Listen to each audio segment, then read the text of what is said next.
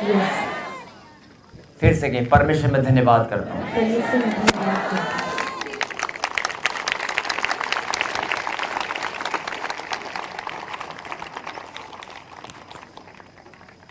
आइए हम प्रार्थना करें। पवित्र परमेश्वर, प्यारे खुदा, आपकी प्रेजेंस में हम सब यहाँ पर आपको धन्यवाद देने के लिए इकट्ठा हुए हैं। हाँ, ये हम सब के लिए बड़े गौरव और आनंद की बात है पिता परमेश्वर के आपने हमारे जीवन में फिर से वो घड़ी, फिर से वो समय ठहरा दिया। धन्यवाद पिता परमेश्वर।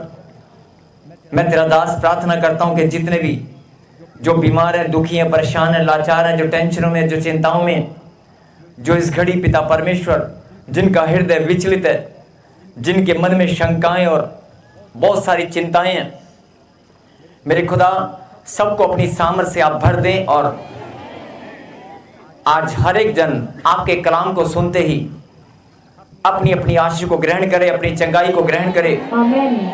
आज मेरे खुदा जो लोग अपने मन को फिराएं और गहरी बात जो आपने अपने बच्चों के लिए भेजी है, उस गहरी बात को सुनते ही मेरे पिता आज हर एक जन का जीवन अभी के अभी बदलने पाए। आज सबके घर में खुशी और आनंद की भरपूरी स्वर्ग से उतर आए। यीशु मसीह नासरी के नाम से मांगते हैं, क्या आमीन? आमीन। तो निकालें प्रभु के कलाम से। यस यस यस यस, एक जोरदार ताली प्रभु के वचन के लिए।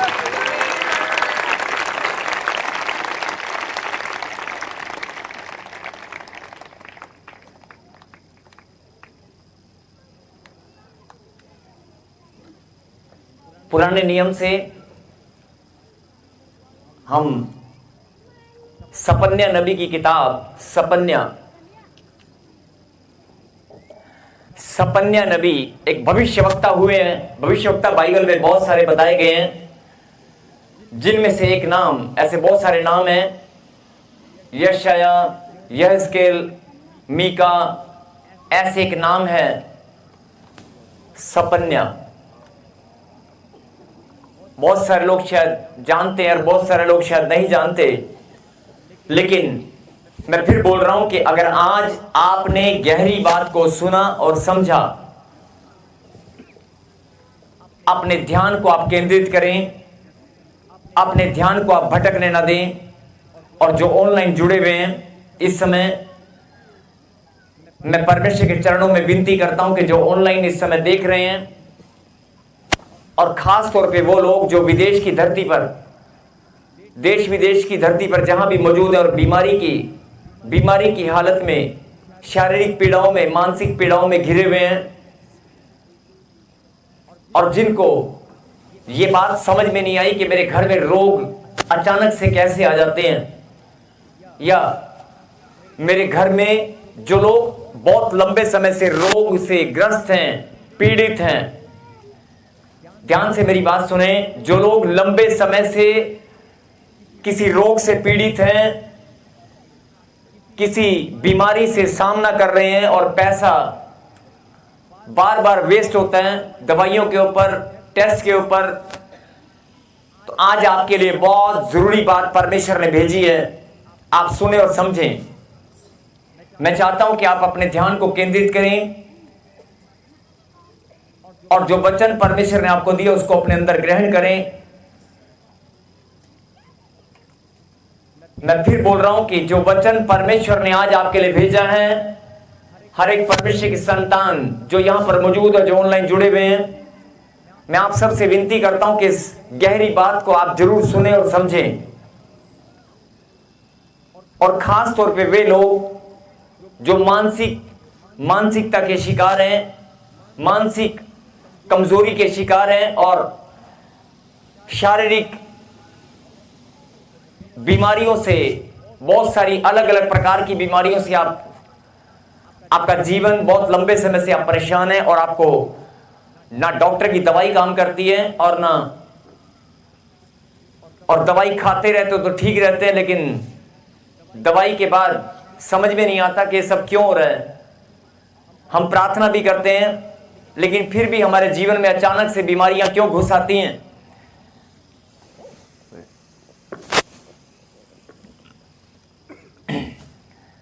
तो निकालें प्रभु के कलाम से सपने नबी की किताब और पढ़ेंगे उसका पहला अध्याय।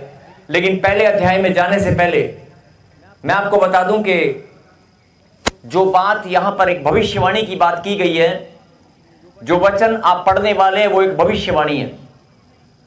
जो वचन परमेश्वर ने आपके लिए भेजा है वो एक भविष्यवाणी है। कहीं आमीन। और ये भविष्यवाणी, एक दिन मैंने बताया था कि भविष्यवाणियां बाइबल के अंदर जितनी भी लिखी गई हैं वो सारी भविष्यवाणियां, बहुत सारे शोधकर्ता बोलते हैं कि 70 से 80%, बहुत सारे लोग बोलते हैं 80 से 85% बाइबल में जो लिखा गया वो पूरा हो चुका है।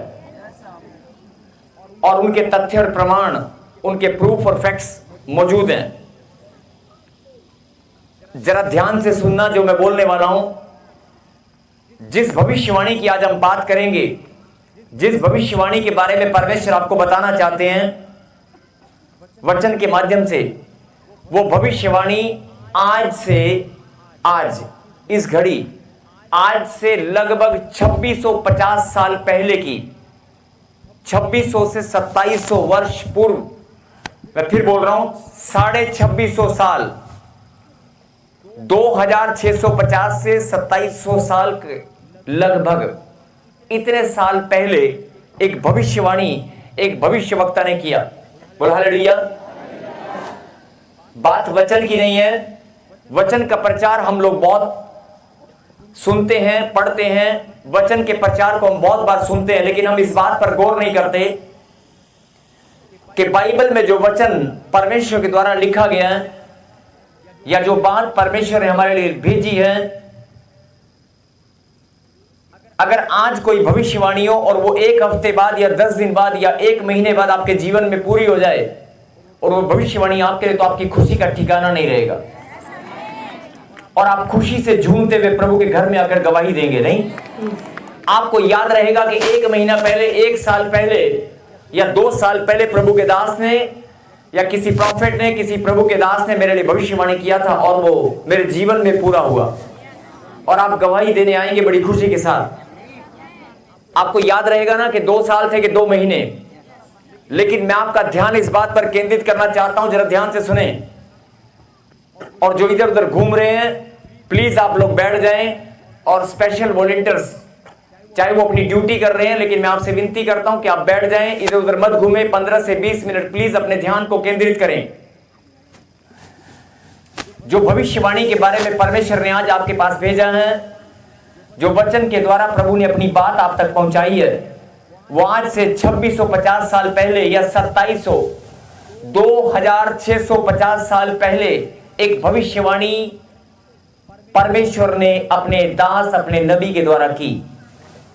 और उस भविष्यवाणी को उस समय बहुत सारे लोगों ने विश्वास नहीं किया, क्योंकि किसी को समझ में नहीं आया।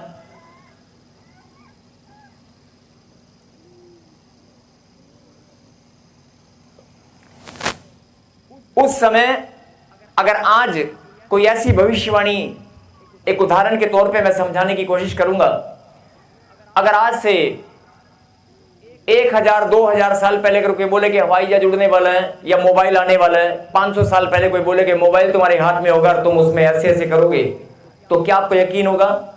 नहीं होगा। अगर वही भविष्यवाणी आज के टाइम में हो कि तेरे पास एक मोबाइल आने वाला है, तो आपको विश्वास हो जाएगा। तो ऐसे ही जो भविष्यवाणी की बात यहां पर लिखी गई है, इस भविष्यवाणी के बारे में जब आप पढ़ेंगे और 2650 साल पहले, आज से 2650 साल, मिनिमम, मैक्सिमम थोड़ा सा ऊपर नीचे हो सकता है, लगभग इतने साल पहले एक नबी ने परमेश्वर की अगुवाई के द्वारा एक भविष्यवाणी किया। और उस भविष्यवाणी को आप पढ़ेंगे, लेकिन मैं फिर आपका ध्यान इस बात पर केंद्रित करना चाहता हूं कि जब यह भविष्यवाणी लिखी गई होगी, उस समय के लोगों ने क्या इस पर यकीन नहीं किया होगा कि किया होगा? अभी जब आप भविष्यवाणी, आप इस वचन को आप सुनेंगे तो आपको बड़ी हैरानी होगी।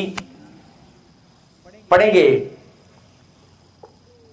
ये परमेश्वर ने भविष्यवाणी को आपके बीच में भेजा है। सुने, पहला अध्याय और उसकी 17वीं आयत, 1 का 17 चैप्टर 1 एंड वर्स 17 को हम पढ़ेंगे। मैं मनुष्य को संकट में डालूंगा और वे अंधों के समान चलेंगे, क्योंकि उन्होंने यहोवा के विरुद्ध पाप किया है। उनका लहू धूलि के समान और उनका मांस विष्ठा के समान फेंक दिया जाएगा। कहे हालेलुया। हालेलुया।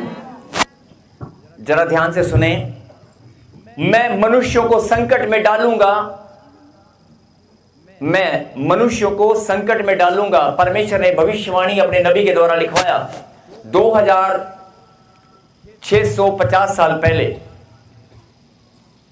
कि आने वाले समय में जब अंत समय नजदीक आएगा तो मैं मनुष्य को, किसी एक इंसान की बात नहीं हो रही है, मैं मनुष्य को संकट में डालूंगा। और आप सब जानते हैं कि प्रभु के मुंह से निकला वचन सत्य है। मैं मनुष्य को संकट में डालूंगा। आज अपने घर परिवार में, अपने जीवन में आप अचानक से संकट और विपत्तियों को देखते हैं, छोटी बड़ी अचानक से। आपने सोचा नहीं होता, लेकिन अचानक से कोई संकट हमारे जीवन में आकर खड़ा हो जाता है। कभी आपने सोचा नहीं होगा, लेकिन अचानक से कोई ना कोई बात ऐसी हो जाती है जिसका आपने अनुमान, अंदाजा भी आप लगा नहीं सकते, लेकिन अचानक से हो जाता है। क्यों? क्योंकि परमेश्वर के वचन में लिखा गया है कि मैं मनुष्यों को संकट में डालूंगा जब अंत समय आएगा। मैं मनुष्यों को संकट में डालूंगा। वॉलंटियर्स, मैंने कहा कि बेटे प्लीज आप वचन के समय आप बैठ जाएं। आप ड्यूटी कर रहे हैं मैं जानता हूं, लेकिन आप बैठ जाएं प्लीज, क्योंकि आज के वचन बहुत गहरी बात परमेश्वर ने भेजी है। तो मैं चाहता हूं कि सब लोग ध्यान से सुने। मैं मनुष्य को संकट में डालूंगा और वे अंधों के समान चलेंगे। वे अंधों के समान चलेंगे मतलब आत्मिक अंधापन, कि जाना कहां है, करना क्या है, पता ही नहीं है। किसी ने बोला कि ये बिजनेस कर लो, किसी ने बोला फलाना बिजनेस कर लो, किसी ने बोला यहां नौकरी कर लो, किसी ने बोला अरे ये काम नहीं मिला तो ये काम कर लो, किसी ने बोला वो नहीं मिला तो ये कर लो, किसी ने बोला अरे कुछ नहीं मिला तो प्रॉपर्टी का धंधा कर लो। वे अंधों के समान चलेंगे। करना क्या है पता ही नहीं, बच्चों को पढ़ना क्या है पता ही नहीं। किसी ने बोला अरे फलाने का लड़का तो देख बीएससी कर रहा है, तेरी लड़की एमएससी कर रही है, उसकी देख वो इंजीनियरिंग कर रहा है, तू भी इंजीनियरिंग कर, उसमें ताकत और सामर्थ्य और बुद्धि है या नहीं, उसका बच्चा कर रहा तो मैं भी करूंगा। अंधों के समान चलेंगे मतलब हर एक डिसीजन आपका अचानक से जब अंत में आएगा तो मनुष्य को पता ही नहीं रहेगा कि मैं क्या करने वाला हूं। बस लोगों को देखेगा, कुछ भी दिमाग में आएगा और फैसला ले लेगा।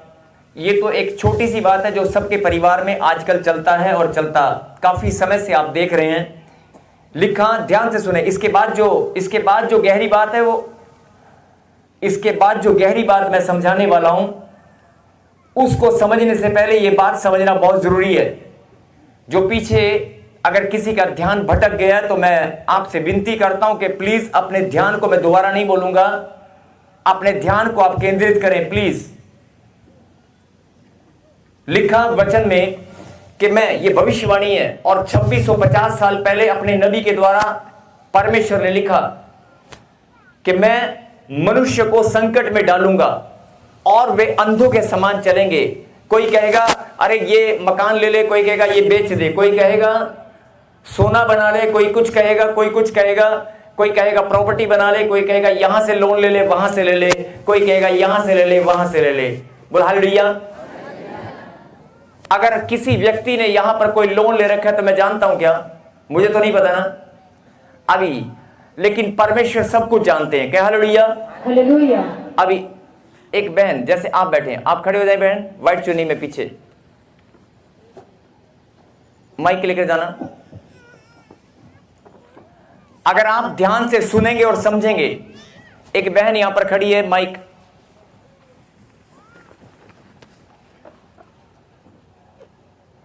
बहन मेरी बात सुने। आपने मुझे कभी अपने पर्सनल लोन, मैं तो आपको जानता भी नहीं हूं, आपने मुझे कभी अपने लोन के बारे में बताया? मैं ये एक एग्जाम्पल नहीं है, भीड़ में से किसी को भी खड़ा करके बता सकता हूं परमेश्वर की सामर्थ के द्वारा, अपने परमपिता परमेश्वर किसी को भी खड़ा करके मैं नहीं बता सकता, मेरा परमेश्वर बता सकता है। आमीन। सुनिए ध्यान से, कोई सरकारी बैंक है और उससे आपने 6 लाख का पर्सनल लोन लिया है, लिया है 6 लाख का अमाउंट, बोले अमाउंट 6 लाख। प्रभु आपको बहुत आशीष दे, बैठ जाएं। और ये नहीं, ये एक नहीं है। और सुनो, बैंक ऑफ बड़ौदा, हालेलुया। और ऐसे नहीं है बहन, सबके सामने बोलिए, क्या आपने मुझे कभी बात ये बताई है? नहीं जी। बताने वाला खुदा है। अभी भी बोल रहा हूं, जरा ध्यान से सुनना और समझना। बैठ जाएं प्लीज। और ये एक अगर समय होगा तो बहुत सारे लोगों के बारे में बता सकते हैं, लेकिन समय की कमी के कारण, क्योंकि प्रभु इस समय प्रभु के वचन का समय है, तो मैं चाहता हूं कि आप गहरी बात को अच्छे से सुने और समझें। अगर परमेश्वर इसके लोन के बारे में बता सकता है, तो जिसने भी लोन जहां जहां से लिया सबके बारे में बता सकता है। अब सुने, मैं मनुष्य को संकट में डालूंगा और वे अंधों के समान चलेंगे। आज से जब ये 2000-2500-2600 साल पहले जब ये बात लिखी गई, तो वो उस समय के लोगों को शायद जब उन्होंने पवित्र शास्त्र को पढ़ा होगा, प्रार्थना की होगी, जब वे मंदिर में जाकर इस पवित्र शास्त्र की वजह से पढ़ते होंगे, तो उनको समझ में नहीं आई होगी कि मनुष्य अंधों के समान कैसे चलेगा। तो आज हम सब जानते हैं कि मनुष्य अंधों के समान ही चल रहा है। जाना कहां है पता नहीं, करना क्या है पता नहीं। किसी ने बोला अरे बच्चे के लिए ले लो, किसी ने बोला मकान के लिए ले लो, लोन ले लो, ये ले लो, वहां चले जाओ। अच्छा, फलाने का बच्चा विदेश में चला गया, हम भी अपने बच्चे को नौकरी करने, विदेश में नौकरी करने या मजदूरी करने, ये तो वक्त बताएगा। बोला हालेलुया, हालेलुया। नौकरी करने भेज रहा है, धन कमाने भेज रहा है, या गुलामी करने भेज रहा है, ये तो वक्त बताएगा। मतलब आप गहरी बात को जरा ध्यान से सुने और समझे कि क्या आज मनुष्य की हालत ऐसी नहीं है कि वो कदम कदम पर संकट का सामना करता है, और कदम कदम पर संकट कब आ जाते हैं मालूम ही नहीं है, कहां कहां से आएंगे। कभी रिश्तों के द्वारा, कभी किसी दोस्त के द्वारा, कभी पड़ोसी के द्वारा, कभी बिजनेस के द्वारा, कभी बीमारियों के द्वारा, कभी शारीरिक मानसिक, पता नहीं कैसे कैसे संकट आप झेलते आए हैं। लेकिन परमेश्वर आपको क्या समझाना चाहते हैं?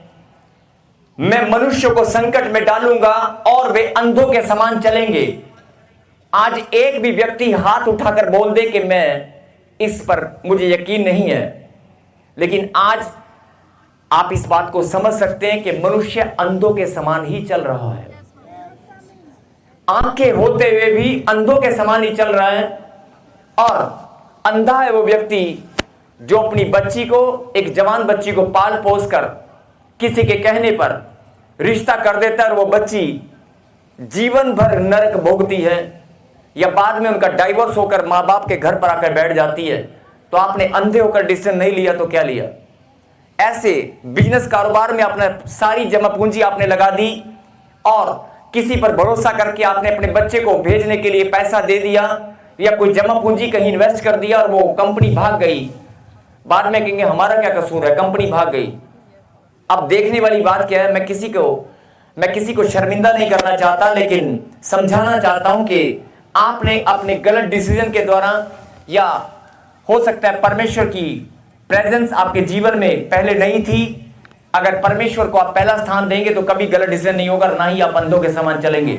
आमीन। फिर से इस वचन को सुने और समझें। मैं 2650 साल पहले एक भविष्यवाणी एक नबी के द्वारा लिखी गई कि मैं मनुष्य को संकट में डालूंगा। और आज आप देश विदेश, राज्य, जाति, कौन सा ऐसा मनुष्य है जो संकट का सामना नहीं करता है? हर एक मनुष्य संकट में पड़ा हुआ है कि नहीं? चाहे वो अपने बच्चों के कारण है, चाहे वो किसी के भी कारण है, हर एक मनुष्य संकट का सामना करता है कि नहीं? मैं मनुष्य को संकट में डालूंगा और वे अंधों के समान चलेंगे। और आज मनुष्य की हालत अंधों के समान चलने जैसी ही है। बोला हालेलुया। क्या आपको यह बात समझ में आ गई है? अगर आ गई है तो कहें हालेलुया।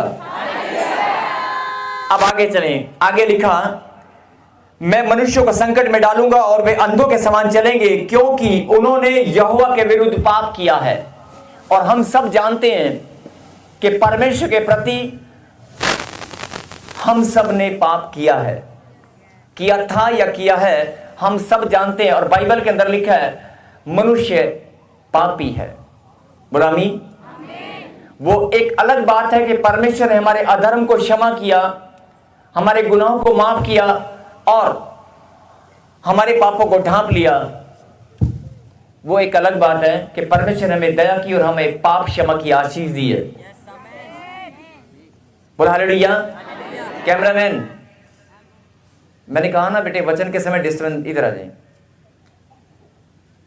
आधे ज्यादा लोगों का ध्यान भटक जाएगा, कोई गहरी बात समझाने लगे हैं, ये फोटो आप बाद में ले लेना।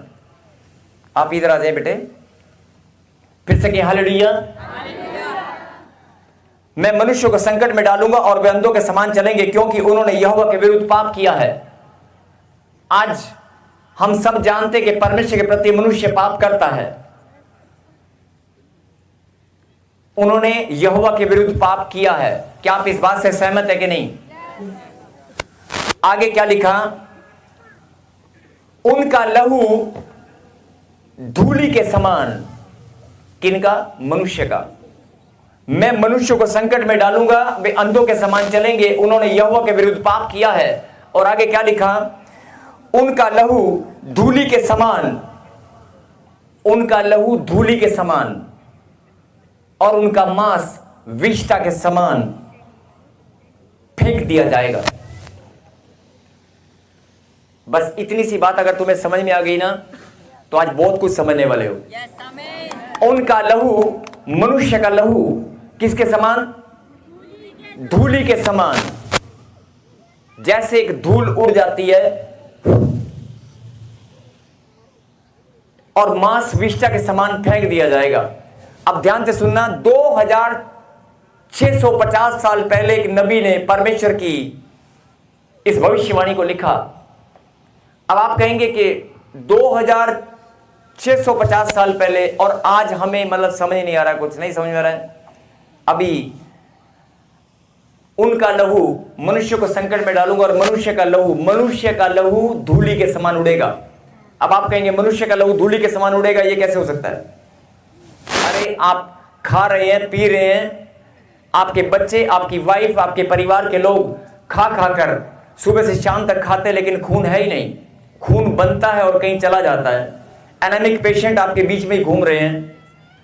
एनीमिक पेशेंट, खून की कमी सबके अंदर है। और खून जितना 8 ग्राम, 10 ग्राम, 12 ग्राम, 14 ग्राम आपके अंदर होना चाहिए। देखने में लगता है कि हाँ बहुत मोटा ताजा है, 14 ग्राम खून तो इसके अंदर बहुत पक्का होगा, चेहरे पे लाली भी है। जब हॉस्पिटल में जाकर टेस्ट कराते हैं तो मालूम है 5 ग्राम निकलता है, बंदा बेहोश हो जाता है 5 ग्राम देख के, मेरा खून गया कहां? मतलब बात को ध्यान से सुने और समझे। मनुष्य का लहू धूलि के समान उड़ेगा। कहने का मतलब है कि आज से हजारों साल पहले एक नबी ने भविष्यवाणी किया कि अंत समय जब नजदीक आएगा तो मनुष्य का लहू धूलि के समान उड़ने लगेगा। और आज लहू से ब्लड में इंफेक्शन, ब्लड में कैंसर, आपके शरीर में ब्लड है और वो कैंसर बन के कोई चीज को चूस कर खाकर फेंक रही है। आपका अच्छा भला खून वो गंदा खून बन जाता है। आपका खून कोई चीज आपके शरीर में घुसकर खत्म कर रही है, नाश कर रही है, तो वो उड़ने के समान नहीं है। अच्छा भला खून था लेकिन वो जा कहां रहा है? ब्लड शुगर, ब्लड से रिलेटेड कितनी सारी बीमारियां आज हमारे बीच में घूम रही हैं। क्या आप इस बात से सहमत हैं? अब आपका ध्यान मैं इस बात पर लेकर जाना चाहता हूं कि आज से 50 साल पहले, 70, चलो 100 लगा लो, 100 साल पहले आपने ब्लड कैंसर सुना था क्या? आपने आज से 100 साल पहले, 70-80 साल पहले डॉक्टर को यह कहते सुना था कि एनीमिक पेशेंट है, खून में इंफेक्शन हो गई है, एचबी काउंट, खून की मात्रा तक काउंट नहीं होती थी, और आज आप खून की मात्रा डेली काउंट कर सकते हैं, दिन में 10 बार काउंट कर सकते हैं। लेकिन जो समझने की बात है कि आपका खून आज उड़ रहा है। बीमारियों पर ध्यान मत दें, बात की गहराई को समझें। 2650 साल पहले खुदा के नबी ने एक भविष्यवाणी किया कि जब अंत समय आएगा तो मनुष्य का लहू धूलि के समान उड़ेगा। बहाना कोई भी बने, बीमारी कोई भी हो, लेकिन मनुष्य का लहू धूलि के समान उड़ेगा, जैसे धूलि उड़ जाती है। आप समझ रहे मेरी बात को? आप समझ रहे खुदा की बात को कि जैसे धूल उड़ जाती है, आप अच्छा भला शरीर है, लेकिन अचानक से आपके शरीर से खून ऐसे उड़ने लगेगा। क्या आप इस बात से सहमत हैं? कितने प्रकार के खून सारी बीमारियां, कितने प्रकार की खून की इंफेक्शन और खून से रिलेटेड कितनी सारी बीमारियां आज हमारे बीच में घूम रही हैं, और कितनी सारी खून वाली प्रॉब्लम, लहू बहने का रोग। बहुत सारी बहनों को लहू बहने का रोग है और रुकता ही नहीं है।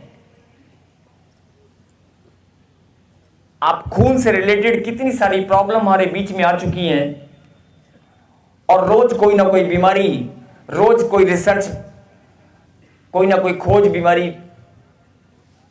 आप बात की गहराई को समझ रहे हैं? अब जो अगली बात मैं बोलने वाला हूं, जरा उस पर भी ध्यान दें। मैं मनुष्य को संकट में डालूंगा और वे अंधों के समान चलेंगे। संकट में आप डल चुके हैं, अंधों के समान आप चल रहे हैं, क्योंकि मनुष्य ने यहोवा के विरुद्ध पाप किया है, और उनका लहू धूलि के समान उड़ेगा, और उनका मांस, मनुष्य का मांस विष्ठा के समान फेंक दिया जाएगा। जो लोग विष्ठा के बारे में नहीं जानते, मैं बताना चाहता हूं, अगर कोई चिकन आप कहीं लेना चाहते हैं, अब किसी जानवर का, अगर शरीर के किसी जानवर के शरीर को अगर आप उसके अच्छे और गंदे हिस्से को आप अलग अलग करेंगे, तो जो सबसे गंदा हिस्सा होगा, जरूरी नहीं है कि बताया जाए, जो सबसे गंदा हिस्सा होगा, जिसे देखकर भी घिन आएगी, उसे फेंक देते हैं। खाना तो बहुत दूर की बात है। अगर आप चिकन लेने जाते हैं तो आप सब जानते हैं कि उसका शरीर के अलग अलग हिस्सों को अलग अलग किया जाता है, और कुछ हिस्से ऐसा होते हैं जिनको फेंक दिया जाता है। बताने की जरूरत नहीं है, समझदार आप हैं। किसी भी जानवर के कुछ ऐसे हिस्से को जो जानवर लोग खाते हैं पकाकर, उस जानवर के शरीर में से कुछ हिस्सा ऐसा होता है जिसे देखकर भी घिन आएगी, खाना तो बहुत दूर की बात है, उसे हम फेंकना जरूरी समझेंगे। फेंकते कि नहीं? उसके मल या बहुत सारी गंदी जगह, उसके बाल, उसकी गंदी खाल, आप फेंकेंगे कि नहीं? तो जो समझने की बात है, देखो 2650 साल पहले एक नबी ने भविष्यवाणी किया कि जब अंत समय आएगा और उसका यह सबसे बड़ा चिन्ह होगा, तब वो इन बातों को नहीं जानता था कि मनुष्य का लहू धूलि के समान उड़ेगा, और उसका मांस, मनुष्य का मांस विष्ठा के समान, विष्ठा मतलब शरीर का वो हिस्सा जिससे देखकर घिन आए, काट कर फेंक दिया जाएगा। और आज मनुष्य का शरीर का हिस्सा डॉक्टर लोग विष्ठा के समान फेंकने पर लगे हैं। बहुत सारे लोगों को बोला जाता है तेरा पित्ता। अरे जिस शरीर की रचना परमेश्वर ने की है, उस शरीर के अंदर से पित्ता, kidney, liver transplant. Instant personal loan लेना है तो आपके लिए बैंक से बेहतर ऑप्शन है मनीव्यू। मनीव्यू पे आप गल गई है, सड़ गई है, कैंसर ने उसको सड़ा दिया है। बहुत सारे लोगों के हाथ और उंगलियां गल गए हैं, सड़ गए हैं, उनको काट कर फेंका जा रहा है। शुगर के कारण हाथ और पैर काट दिए जाते हैं क्योंकि वो गल चुका है, सड़ चुका है, शरीर को और ना सड़ा दे। बहुत सारे लोगों के दिमाग के ऑपरेशन किए जा रहे हैं। बहुत सारे लोगों के गले में फूड पाइप को बदला जा रहा है। आप ध्यान से सुने, समझें। ये सारी बीमारियां, ये सारी प्रॉब्लम आज से 100 साल पहले थी क्या? आप बता दें। कैंसर 100 या 150 साल पहले कोई कैंसर था क्या? आपने 50 या 70 साल पहले, अगर कोई 70 साल का व्यक्ति यहां पर बैठा है, मैं पूछना चाहता हूं कि 70-80 साल पहले क्या आपके टाइम में हॉस्पिटल वाले किसी जवान बहन की छाती को काट कर फेंकते थे क्या? आप बताएं। किसी जवान बहन की छाती को काट कर ऑपरेशन करके फेंक देते थे? आप गुमसुम क्यों हैं? आप बोलकर बताएं हां या ना। अगर आपकी उम्र 70 साल है तो आप बताएं 70 साल पहले कभी आपने सुना और देखा क्या? अभी 20-30 साल से आप देखने लगे होंगे, 40-50 साल से देखने लगे होंगे। कैंसर को आपने 100 या 150 साल पहले नहीं देखा होगा। और सबसे बड़ी, जो लोग बोलते हैं धूली के समान, आप ही के लहू को शरीर में टिकता नहीं है, एक तरफ से चढ़ता है, दूसरी तरफ से निकलता है। डायलिसिस, ये आपके खून उड़ रहा है कि नहीं? और एक और बात, एचआईवी, खून में इतनी गंदी इंफेक्शन हो जाती है, बहुत सारी बीमारियां। आपका खून कोई चीज उड़ाने पर लगी है, आपके मांस को विष्ठा के समान, विष्ठा मतलब शरीर का वो हिस्सा जिसे देखकर घृणा आए, आपके शरीर का वो हिस्सा जिसे देखकर घृणा आए, विष्ठा के समान काट कर फेंकने पर सब लगे हैं। मेरी बात समझ रहे हैं? ये मेरी नहीं, मेरे खुदा की बात है। और बड़ी हैरानी की बात है कि यह भविष्यवाणी परमेश्वर ने अपने नबी के द्वारा 2600 साल पहले लिख दी कि जब अंत समय आएगा तो उसके सबसे बड़ा चिन्ह ये होगा और लोग अंधों के समान चलना शुरू करेंगे। संकट में मैं उन्हें डालूंगा क्योंकि उन्होंने मेरे खिलाफ पाप किया है और उनका लहू धूली के समान उड़ेगा। आज डॉक्टर के पास हर एक माँ बाप अपने बच्चों को लेकर घूमते हैं। डॉक्टर साहब एक खुराक नहीं खांदा, एक बड्डा हो गया, शरीर में लगती नहीं है, एना खून नहीं बन रहा। डॉक्टर के पास जा जाके पैसे बर्बाद करने पर लगे हैं, कारण छोटे से बच्चे के अंदर खून नहीं बन रहा है, आंखों की रोशनी नहीं बन रही है और आपके मांस विष्ठा के समान। ये हाथ है ना, हाथ 40 साल आपने इस हाथ से काम किया है, अचानक ये पैरालाइज हो गया। अचानक डॉक्टर ने बोल दिया इस हाथ को, इस उंगली को काट कर फेंकना पड़ेगा, विष्ठा के समान काट कर फेंक दिया जाएगा।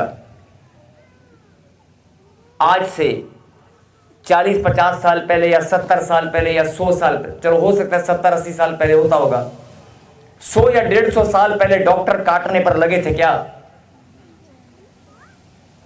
तो आपको यह बात समझनी होगी, जो हमारी पीढ़ी है, जो हम इस समय जिंदा हैं, हम अंत समय में प्रवेश कर चुके हैं।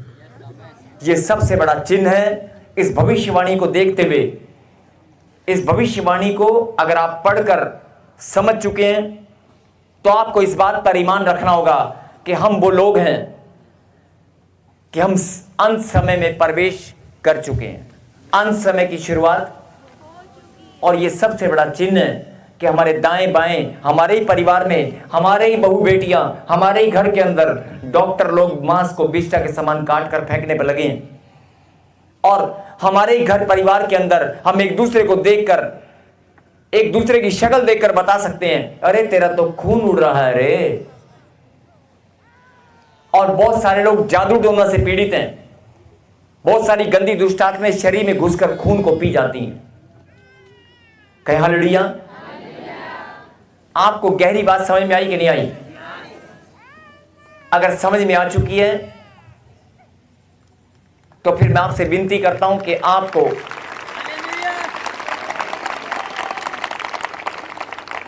परमेश्वर का सबसे ज्यादा भय मानने वाले उसकी संतान, हमारे से ज्यादा भय मानने वाला कोई नहीं होना चाहिए।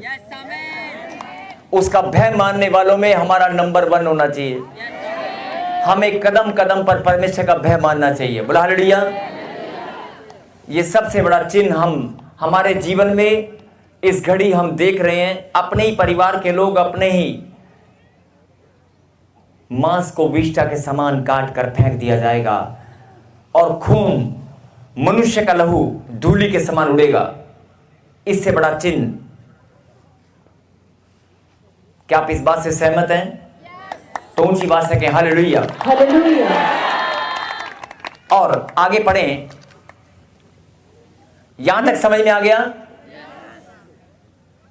18, जल्दी से 18 को पढ़ें, उसके बाद हम प्रार्थना करेंगे। यहोवा के रोष के दिन में ना तो चांदी से उनका बचाव होगा और ना सोने से, क्योंकि उनके जलन की आग से सारी पृथ्वी भस्म हो जाएगी। वह पृथ्वी के सारे रहने वालों को घबराकर उनका अंत कर डालेगा। कहे हालेलुया। हालेलुया।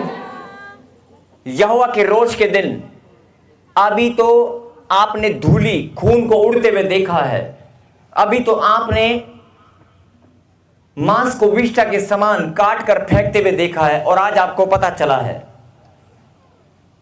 लेकिन इसके बाद क्या लिखा? यहोवा के रोष के दिन, जब परमेश्वर को क्रोध आएगा या परमेश्वर का क्रोध हम पर भड़क उठे,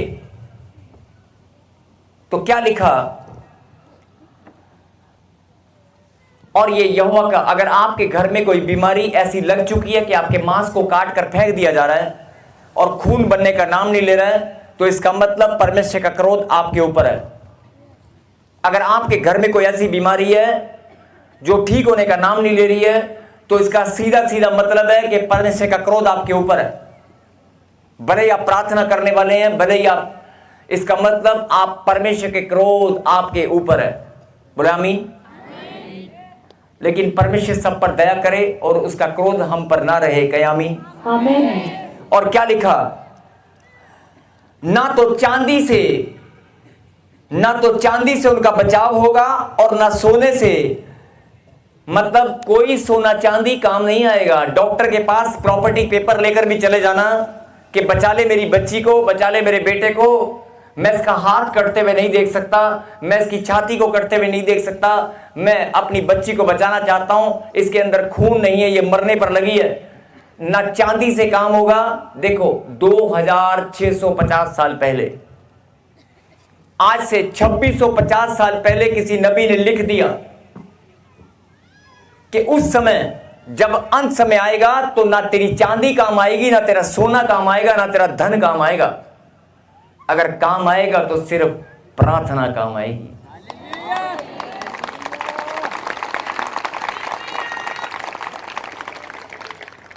ना सोना काम आएगा, ना चांदी काम आएगी।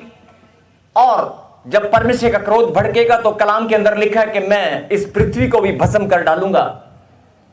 और उसके चिन्ह आपको दिखाई देना शुरू हो चुके हैं कि कहीं पर भूकंप आ जाता है, कहीं पर लैंडस्लाइडिंग हो रही है, कहीं पर बाढ़ पे बाढ़ आ रही है, प्राकृतिक आपदाओं का आप सामना कर रहे हैं। बहुत सारे हादसे, ट्रेन और हवाई जहाज क्रैश के हादसे आप सुनने लगे हैं, जो पहले ऐसा नहीं होता था। हादसों की संख्या बढ़ती जा रही है।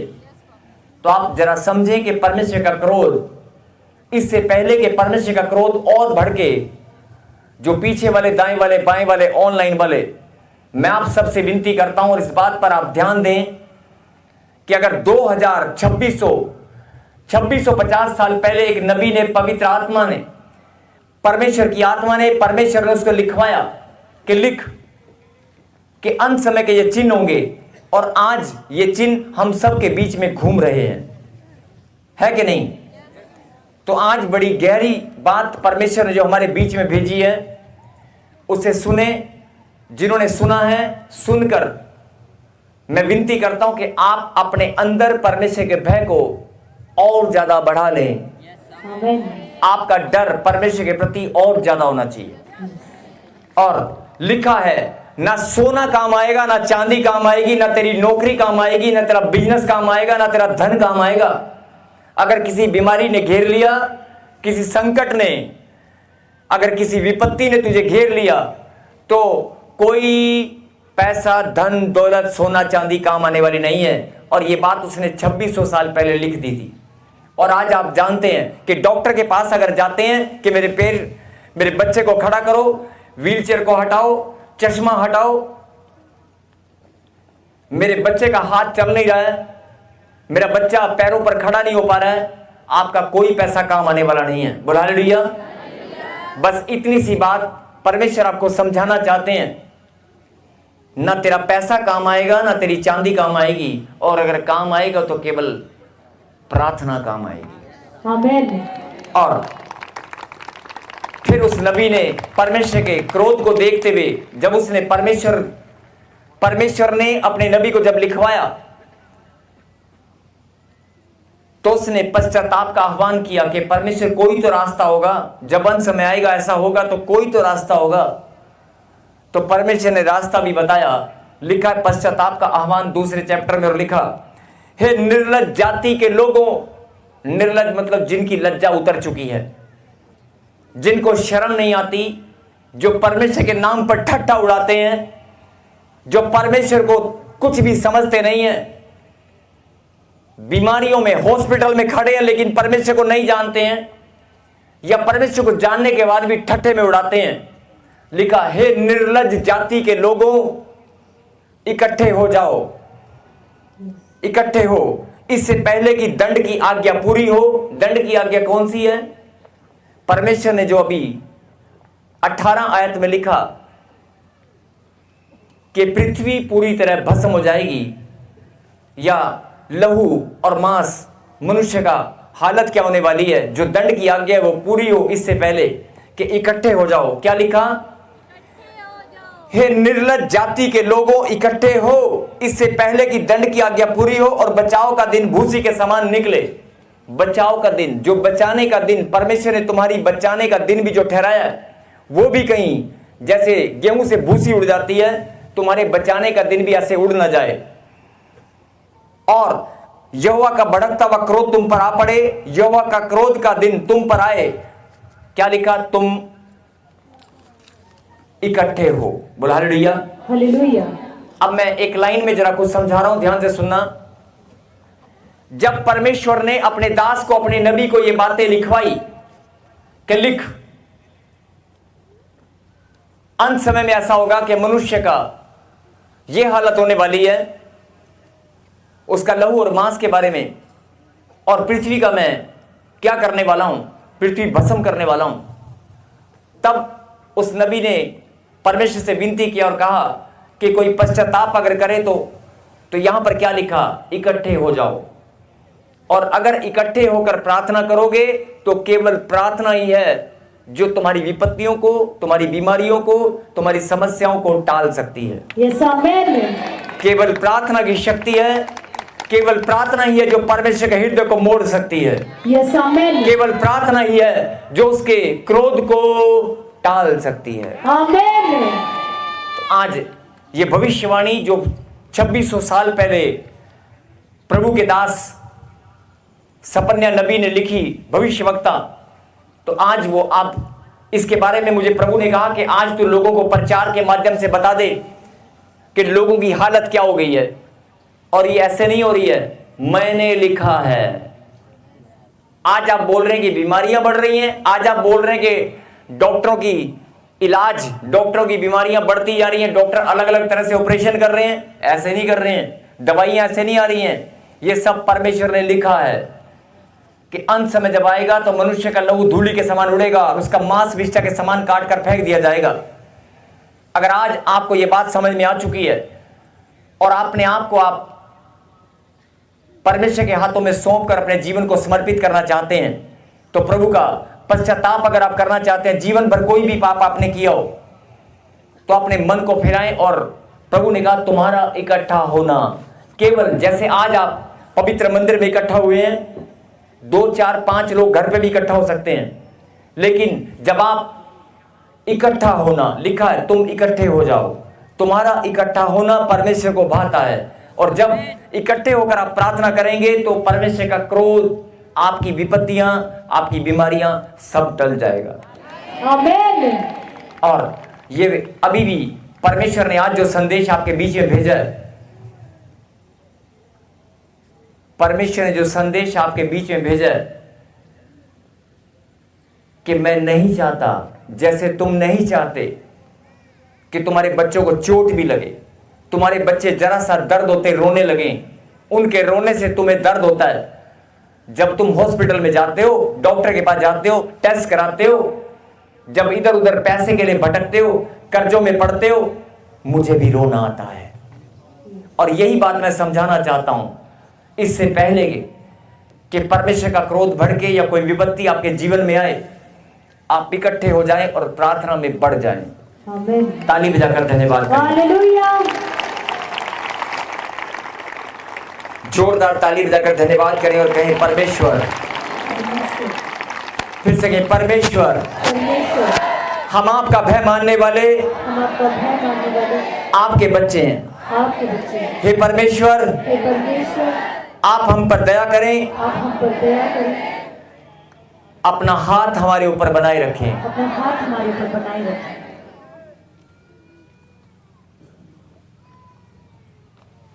कहें हे परमेश्वर, अपना हाथ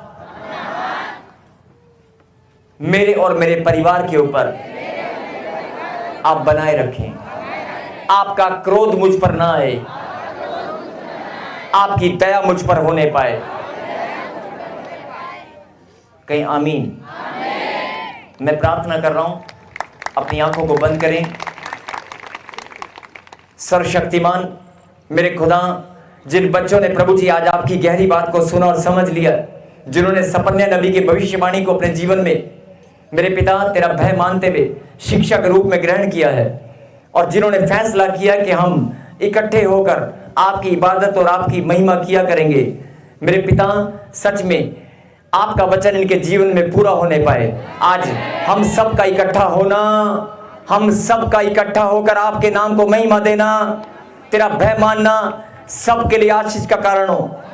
और मेरे पिता, जिन्होंने अपने मन को फिरा लिया है, जिन्होंने आज ये वाचा बांधी है कि प्रभु मैं आज के बाद फिर से कोई पाप नहीं करूंगा, आज से प्रभु जी मैं अपना जीवन आपके चरणों में समर्पित करता हूं, और मैं प्रार्थना करता हूं कि आपका क्रोध मुझ पर ना भड़के, आपकी दया मुझ पर होने पाए। मेरे खुदा, सच में आपकी दया, जो बीमार है, दुखी है, परेशान है इस घड़ी, प्रभु जी जो तेरे मंदिर में बीमारी की हालत में आए हैं, जो लोग चिंता में हैं, जो लोग मेरे पिता परेशानी में हैं, जो पीछे बैठे हैं, जो लोग ऑनलाइन सुन रहे हैं, जिनको गांठ गिल्टियां पत्थरियां रसोड़ियां हैं, मेरे पिता मैं प्रार्थना में मांगता हूं कि जो बहरापन है, गूंगापन है, जो लंगड़ापन है, आज जिनको कर्जों ने प्रभु जी दबा रखा है, जो लोग चिंताओं में पिता परमेश्वर अपनी नींद और अपनी खुशियों को खो चुके हैं, मेरे पिता मैं प्रार्थना करता हूं कि फिर से इनके जीवन में खुशी और आनंद की भरपूरी हो। आज हम सबका यहाँ पर इकट्ठा होना सबके लिए आशीष का कारण हो। और मेरे पिता, सच में आप दया के सागर हैं, आप दया करने वाले परमेश्वर हैं। मैं प्रार्थना में मांगता हूं कि आज तेरी दया सबके ऊपर होने पाए। आज तेरे मंदिर से कोई भी खाली हाथ ना जाए। आज जब ये प्रार्थना में इकट्ठे होकर जो आज ये मांगे, मेरे पिता आप स्वर्ग से देना। मैं पवित्र नाम यीशु नासरी के नाम से मांगता हूं, बोलो आमीन। और प्रभु ने